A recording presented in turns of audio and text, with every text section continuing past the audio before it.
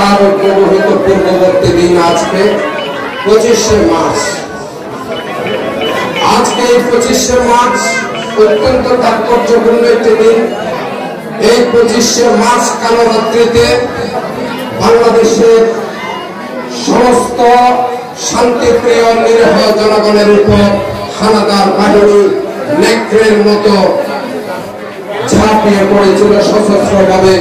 হাজার হাজার মানুষকে, নিরপরাধ নির্দোষ মানুষকে নির্মমভাবে হত্যা করা হয়েছিল, যার ফলশ্রুতিতে আগামীকাল যে দিন আসবে 26শে মার্চ, সেই 26শে মার্চ থেকে বাংলাদেশের মানুষ হানাদারদের বিরুদ্ধে স্বাধীনতার জন্য মুক্তিযুদ্ধের ঘোষণা দিলেন। আজকে সেই দিন।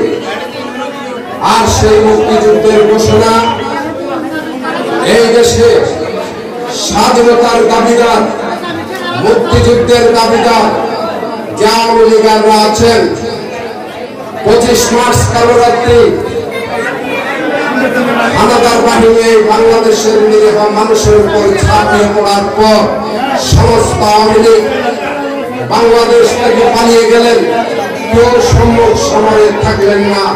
আমার নেতা, বাংলার রাখাল রাজা, বহুদলীয় গণতন্ত্রের প্রবক্তা শহীদ রাষ্ট্রপতি জিয়াউর রহমান তৎকালীন সেনাবাহিনীতে মেজর থাকা অবস্থায় এই জাতির গরিব দুঃখী মেহনতি মানুষকে স্বাধীনতা এনে দেওয়ার জন্য, এই জাতির গরিব দুঃখী মেহনতি মানুষের দুঃখ দুর্দশা লাঘব করার জন্য সরকারি চাকরি থেকে ইস্তফা দিয়ে পাকিস্তান সেনাবাহিনীর বিরুদ্ধে বিদ্রোহ করে কালুরঘাট বেতার কেন্দ্র থেকে আমার নেতা ঘোষণা দিলেন, I major Zia two declare independent of Bangladesh.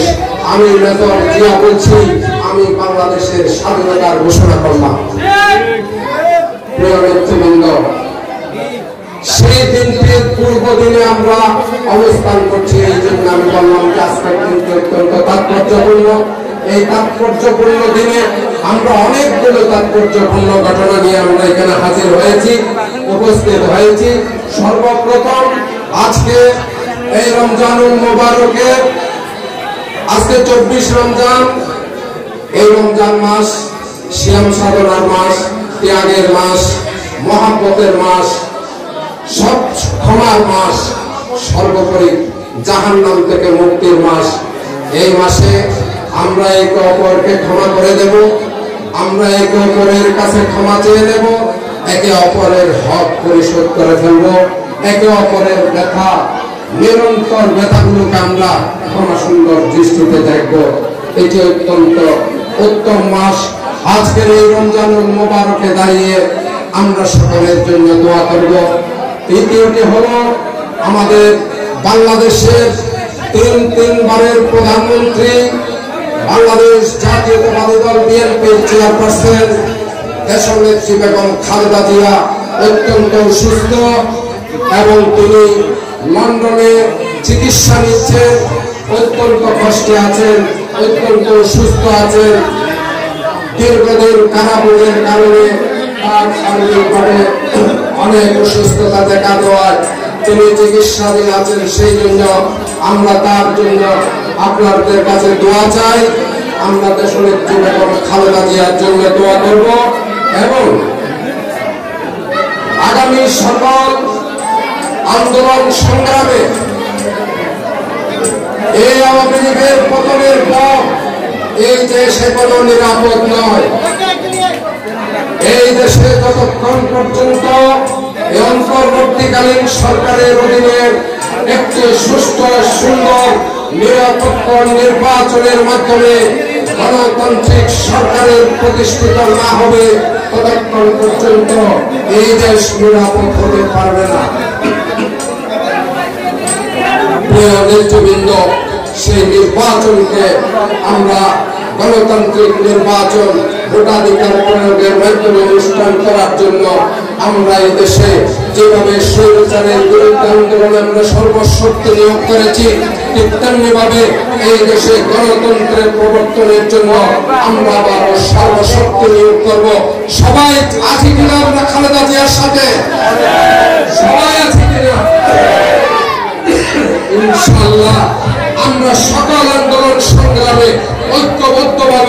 রাজপথে মোকাবেলা করব। এই দেশের আইনাদের অতীতেও আমরা বাংলাদেশ ছেড়ে দেই নাই, বর্তমানেও আমরা রাজপথে আছি, ভবিষ্যতেও আমরা রাজপথে থাকবো ইনশাআল্লাহ। প্রিয় নেতৃবৃন্দ, আজকের এই সভা থেকে আগামী পবিত্র মানব জীবনের শ্রেষ্ঠ উপহার পবিত্র ঈদ উল ফিতর উপলক্ষে আমরা বাংলাদেশ জাতীয়তাবাদী দল বিএনপি কক্সবাজার জেলার পক্ষ থেকে জানাই উদুরচর ইউনিয়নবাসীর প্রতি রইল আমাদের আগামী ঈদ উল ফিতর উপলক্ষে মানব জীবনের শ্রেষ্ঠ উপহার পবিত্র ঈদ মুবারক। ঈদ মুবারক। ঈদকে সামনে রেখে প্রত্যেকেই আমরা প্রত্যেককে ক্ষমা করে দেব। আমরা সমস্ত রাজনৈতিক দ্বন্দ্ব ভেদাভেদ ভুলে দেশনেত্রী এবং খালেদা জিয়া এবং দেশনায়ক তারেক রহমানের নেতৃত্বে বাংলাদেশে এক সুখী সমৃদ্ধশীল জাতি গঠনের লক্ষ্যে একটি আমরা অত্যন্ত সুষ্ঠু নির্বাচনের মাধ্যমে একটি গণতান্ত্রিক সরকার প্রতিষ্ঠার যে আন্দোলন আমাদের নেতৃবৃন্দরা শুরু করেছেন, সেই আন্দোলনে আমরা শেষ দিন পর্যন্ত সঙ্গ দেব ইনশাআল্লাহ। আমি আপনাদেরকে এই জনপদের শ্রেষ্ঠ সন্তান আমাদের বাংলাদেশ জাতীয়তাবাদী দল বিএনপি জাতীয় স্থায়ী কমিটির মাননীয় সদস্য সাবেক যোগাযোগ প্রতিমন্ত্রী জননেতা জনাব সালাউদ্দিন আহমেদের পক্ষ থেকে আপনাদেরকে আসন্ন ঈদ উল ফিতর উপলক্ষে একটি তাহার পক্ষ থেকে ঈদ মুবারক আপনাদের কাছে আমি পৌঁছে দিলাম।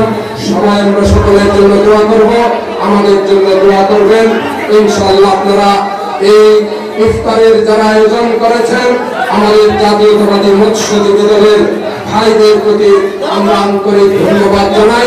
এই আয়োজনে যারা সহযোগিতা করেছেন, সাহায্য করেছেন, আমরা দলের পক্ষ থেকে তাদের কণ্ঠস্থল থেকে আমরা ধন্যবাদ জানাই।